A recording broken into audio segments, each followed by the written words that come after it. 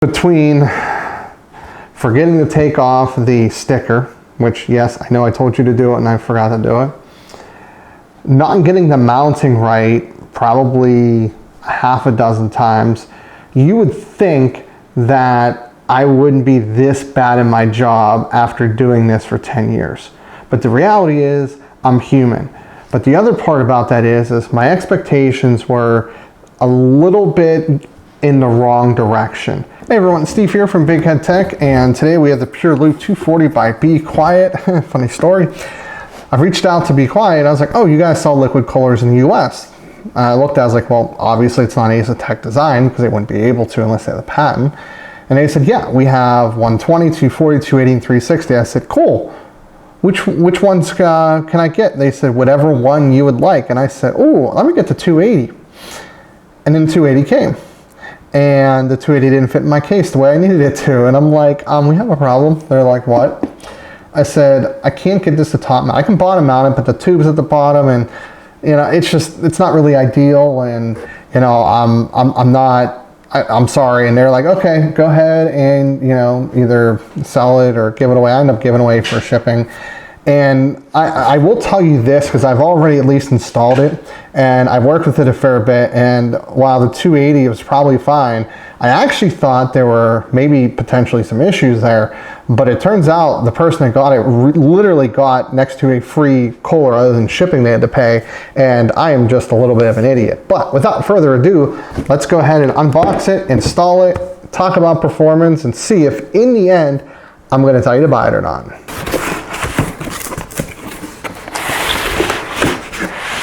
And here we go. So it comes with liquid. Now it's already filled. This is because it has a fill port. We have all your mounting hardware here. I'm starting to remember, I roughly packed it correctly here. We have the manual here with something of white paper with stuff on it. Two of the Silent Wings 2 PWM. They go up to like 2000 RPM. I'm thinking it might be a little bit on the louder side at that speed, because normally Be Quiet's known for lower RPM, but we'll find out. And then here we have the cooler itself.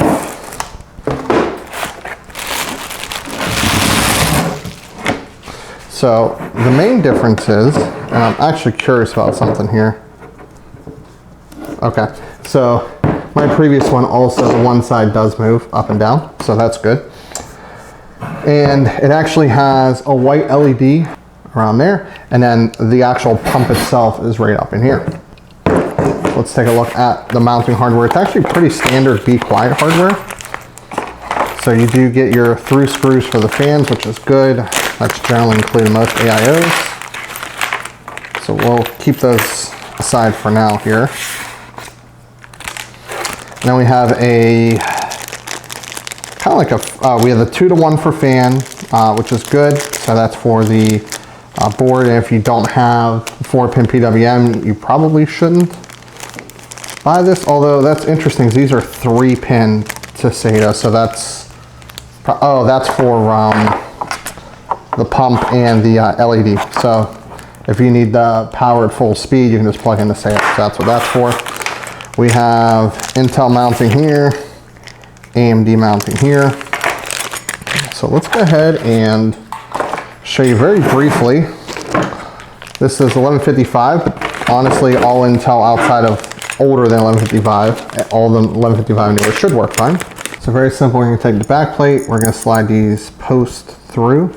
So just so you know, the posts look just like this. And then once those are slid through, we will slide down the little rubber grommet guys there. Make sure it all lines up here, which it does. Wow. There we go. Okay. So then we will then take these guys and screw them on. Okay, then we'll take our screwdriver and just... Actually, my screwdriver's not big enough for this one. Fine, you don't want to strip anything anyway, so there we go. Okay, perfect. Now we'll grab these. Wait, that's the AMD bracket. Let's grab the Intel bracket here. Okay, this little slide this on here. Start that one.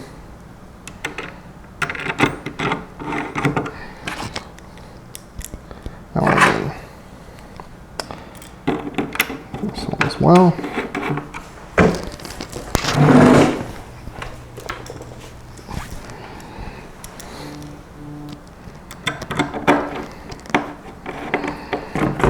Perfect.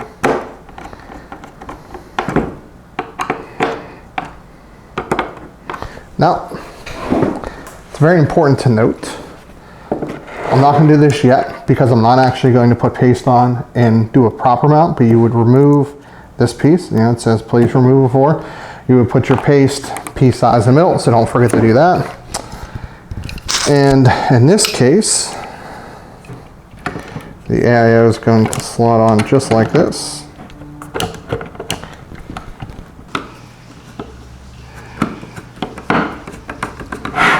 There we go, now we're lined up. And you want to make sure you go back and forth with even pressure.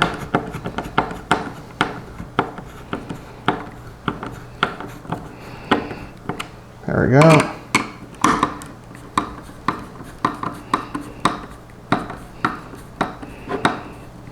Perfect. And then this will mount at the top of the case, more or less like that, and you're good to go. We're just going to go ahead and finish tightening these guys up.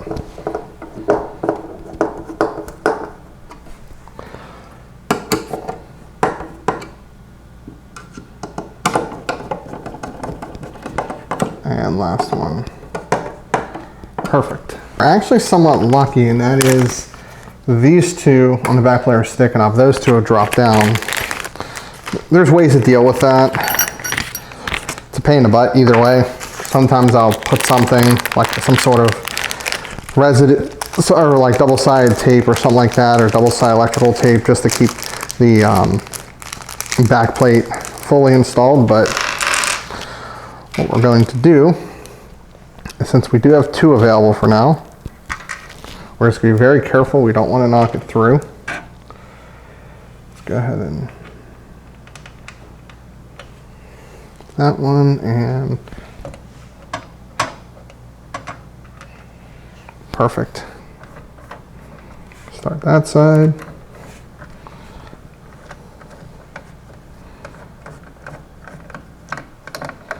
And what you'll see is now those popped up.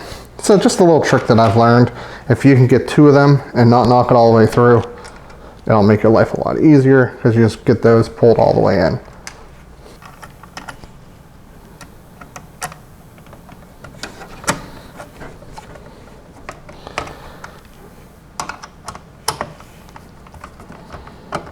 Perfect. And I always want to make sure I use enough.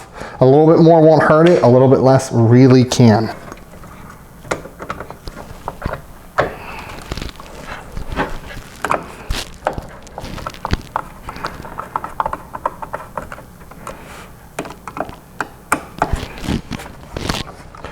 And you definitely want to even spread, so you don't want to torque either.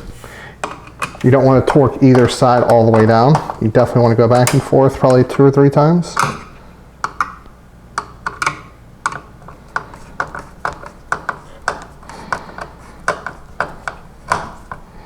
Okay, that one's all the way down.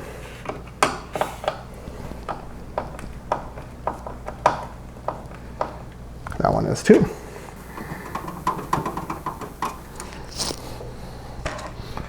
So what you want to do here is you want to kind of do a cross. This one's at an angle, which I don't like.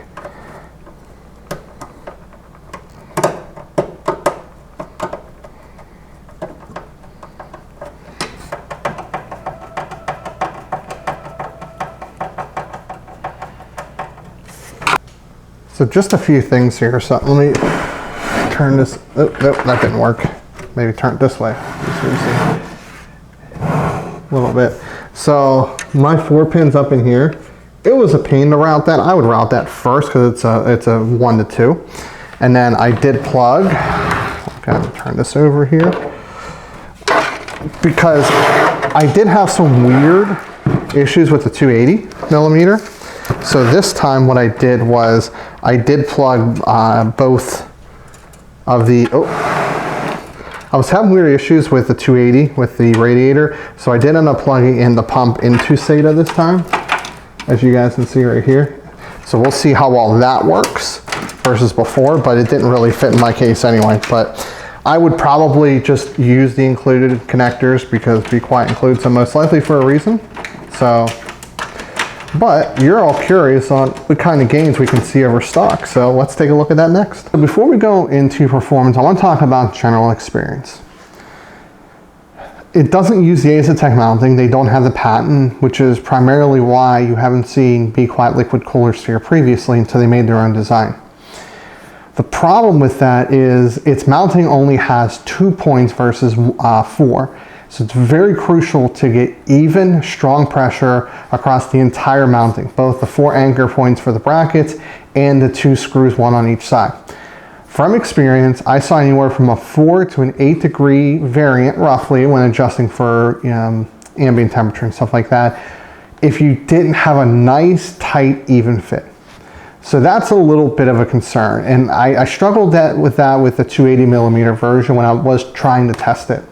I think that might have alluded to some of the performance concerns I had with the 280. Granted, I couldn't keep it anyway because it didn't fit my case the way I wanted it to, so I didn't actually do a full review of it.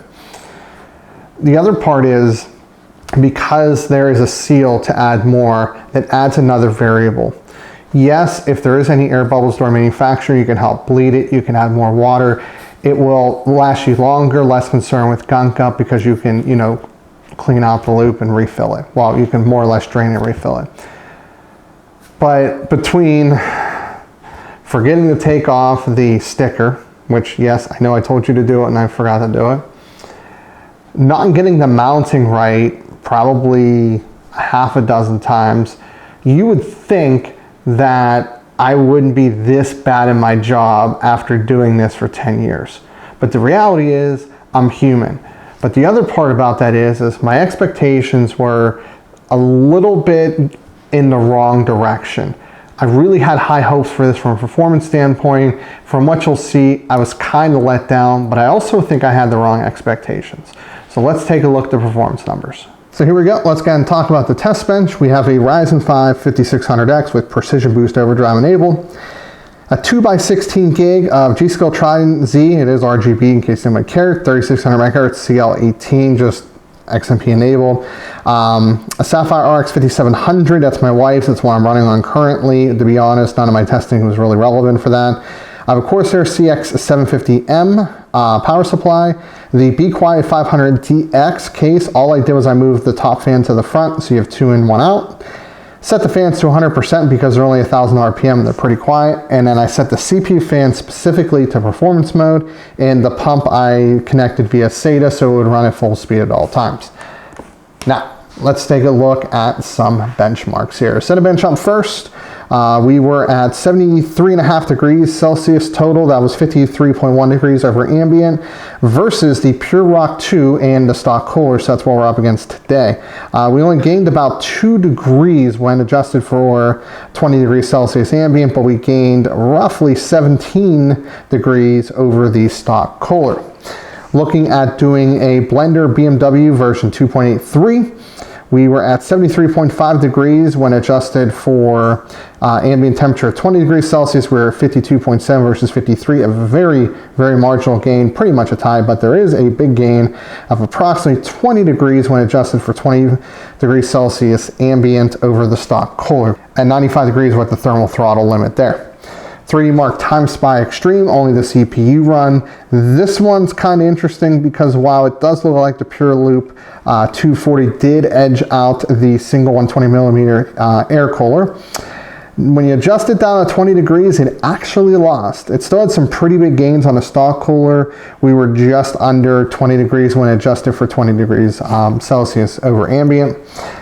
But let's take a look really quick at some performance, actual like raw numbers. In Blender BMW, we actually picked up about 2 seconds, going from the air cooler to the water cooler, and we picked up somewhere in the ballpark of like 12 seconds, because I convert this obviously the full minutes, or 100 base minutes rather, and definitely picked up a little bit there. And then Cinebench and 3D Mark Time Spy, kind of the same thing.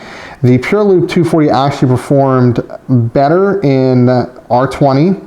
Now that test can obviously change 20 points every run.